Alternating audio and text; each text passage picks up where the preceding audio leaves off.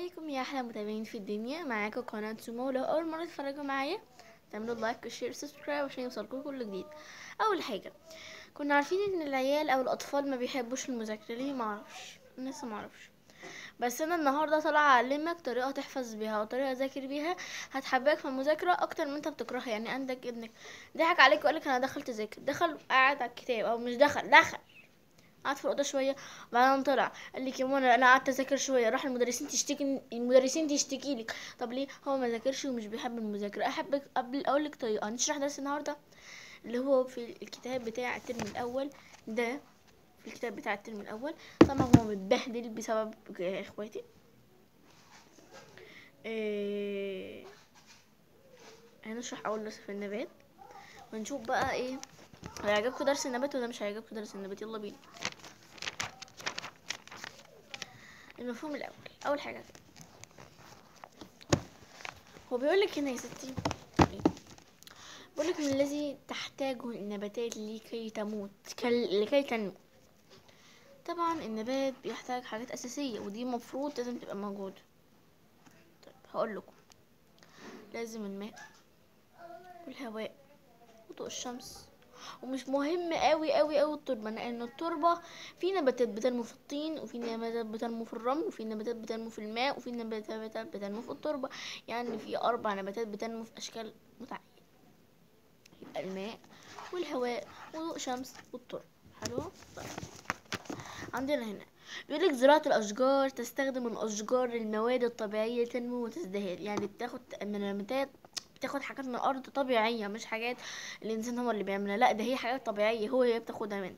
طيب بيقولك النباتات كائن حي يجب أن تتوفر لها بعض الاحتياجات حتى ينمو بصورة صحيحة. منها هو بيقولك هنا بقى ايه، ان هو ايه لازم احنا نجيب لها حاجات مخصصه ليها، هي محتاجاها النبات عشان تنمو وتزدهر يعني تبقى كويسه، تجيبي ثمار او تجيبي زهور.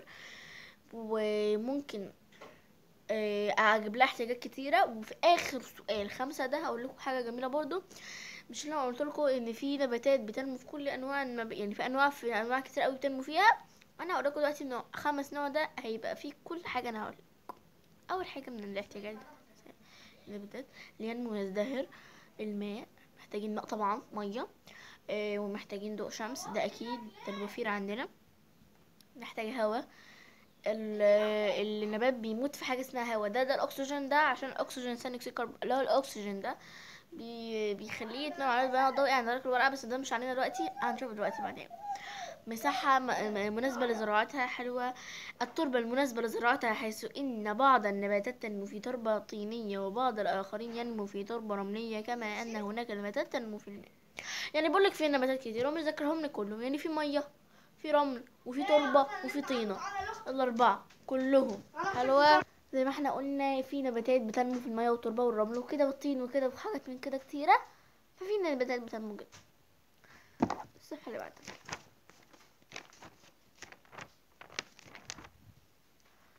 بص انا فاهمه الدروس، مش لازم افتح الكتاب او اشرح قدامي او اعمل اي حاجه. اول حاجه عندنا ان في حاجه اسمها اوعيه خشبيه. ايه اوعيه الخشبيه؟ موجوده في السوق. بتعمل ايه اوعيه الخشبيه دي؟ بتبقى اكن في نبات مرسوم قدامك، شجره مرسوم قدامك، دي الجذور بتاعتها اهي، وده خط وطلع منها الساق اللي هو الطين والشجر. حلوة. ففي الساق اللي في النص ده كده في اوعيه خشبيه عامله زي العود طويل كده. الأوعية الخشبية دي لما الجدر بيمتص الغذاء والماء من التربة، الأوعية الخشبية بتاخد الغذاء من الجدر وتنقله من النبات لفوق. يعني بتاخده للنبات لفوق، لأن هي لو ما كانتش موجودة النباتات من تحت بس اللي كانت هتتغذى. حلوين. يلا بينا.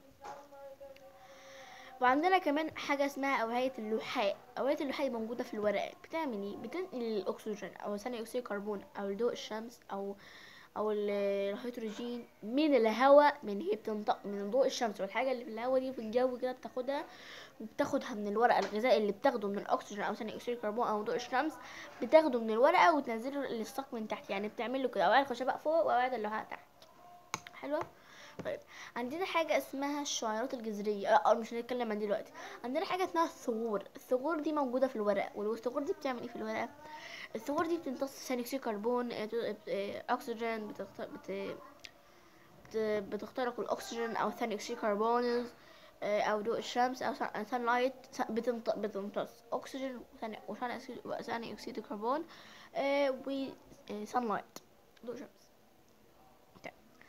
عندنا الثغور دي هي اللي بتوصل الاكسجين او ضوء الشمس او سان لايت او ضوء اللي هو ضوء الشمس الى النباتات، فعشان ينمو او يعمل عملية البناء الضوئي.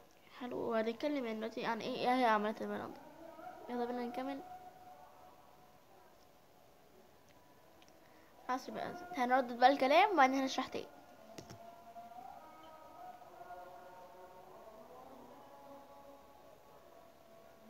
طب سيبني اصلي وارجع لكم.